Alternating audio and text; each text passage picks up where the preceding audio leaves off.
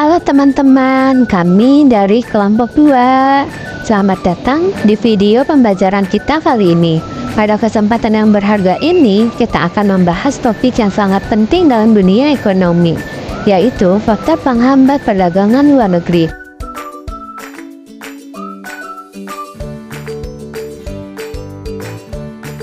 Perdagangan luar negeri adalah jembatan penting yang menghubungkan negara-negara di seluruh dunia.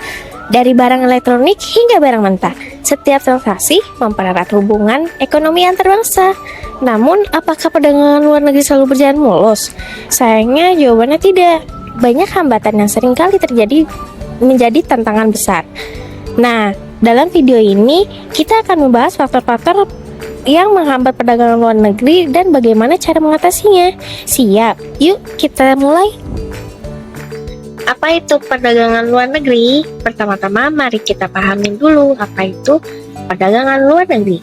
Perdagangan luar negeri adalah aktivitas jual beli barang atau jasa di antara dua negara atau lebih. Contohnya ketika Indonesia mengekspor kopi ke Amerika atau mengimpor mobil ke Jepang.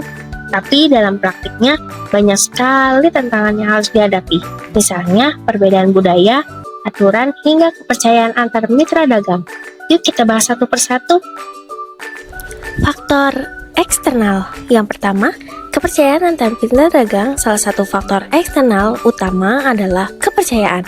Bayangkan, Anda adalah eksportir dari Indonesia. Apakah Anda yakin mengirim barang tanpa pembayaran terlebih dahulu? Atau sebaliknya, sebagai importir, beranikah Anda membayar sebelum barang tiba? Nah, kepercayaan ini sangat penting. Untuk memastikannya, Anda bisa memanfaatkan buku petunjuk perdagangan, meminta bantuan bank, atau melalui perwakilan dagang. 2. Pemasaran. Tantangan berikutnya adalah pemasaran. Misalnya, sebagai eksportir, Anda harus tahu ke negara mana produk Anda cocok dipasarkan. Jangan lupa, setiap negara punya preferensi sendiri. Contohnya, pasar Timur Tengah lebih menyukai warna merah dan hijau untuk produk mereka. Selain itu, Anda juga harus memperhatikan daya saing harga dan kualitas produk agar mampu bersaing di pasar internasional. 3. Sistem kuota dan hubungan dagang. Sistem kuota juga sering menjadi penghambat. Kuota ekspor membatasi jumlah barang yang boleh keluar, sedangkan kuota impor melindungi industri lokal. Misalnya, kuota impor daging sapi di Indonesia. Selain itu, hubungan perdagangan antar negara juga berpengaruh. Jika hubungan baik, transaksi lancar. Jika tidak, penghambatan bisa terjadi. Yang keempat, keanggotaan organisasi internasional. Keikutsertaan dalam organisasi internasional seperti FTA juga memainkan peran penting. Organisasi ini bertujuan meningkatkan perdagangan bebas, tapi seringkali menimbulkan persaingan yang ketat. Contohnya ASEAN Free Trade Area atau AFTA, atau kerjasama Indonesia dengan Cina dan Jepang. Faktor internal. Pertama, persiapan teknis. Berpindah ke faktor internal, ada persiapan teknis. Eksportir dan importir harus menyiapkan dokumen seperti SIUP, API, hingga dokumen ekspor-impor lainnya. Kabar baiknya, sekarang semua bisa diurus secara online melalui sistem INSW. Jadi lebih praktis loh. Kedua, kemampuan transaksi. Transaksi perdagangan luar negeri juga membutuhkan keahlian khusus, mulai dari memahami prosedur ekspor-impor hingga cara pembayaran. Untungnya ada pelatihan khusus dan layanan dari freight forwarder yang bisa membantu. Yang ketiga, pembiayaan.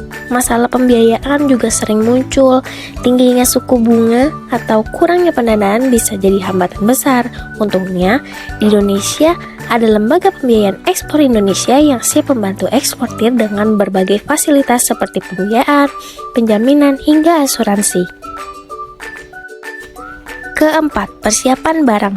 Terakhir, persiapan barang. Ekspor harus memastikan kualitas barang sesuai standar, pengepakan rapi, dan pengiriman tepat waktu. Jika tidak, pelanggan bisa kecewa dan reputasi perusahaan pun menurun. Jadi, itulah beberapa faktor penghambatan perdagangan luar negeri, baik dari sisi eksternal maupun internal. Perdagangan luar negeri memang penuh tantangan, Tapi dengan persiapan matang dan strategi yang tepat, kita bisa melewati semua hambatan ini. Terima kasih sudah menonton video ini.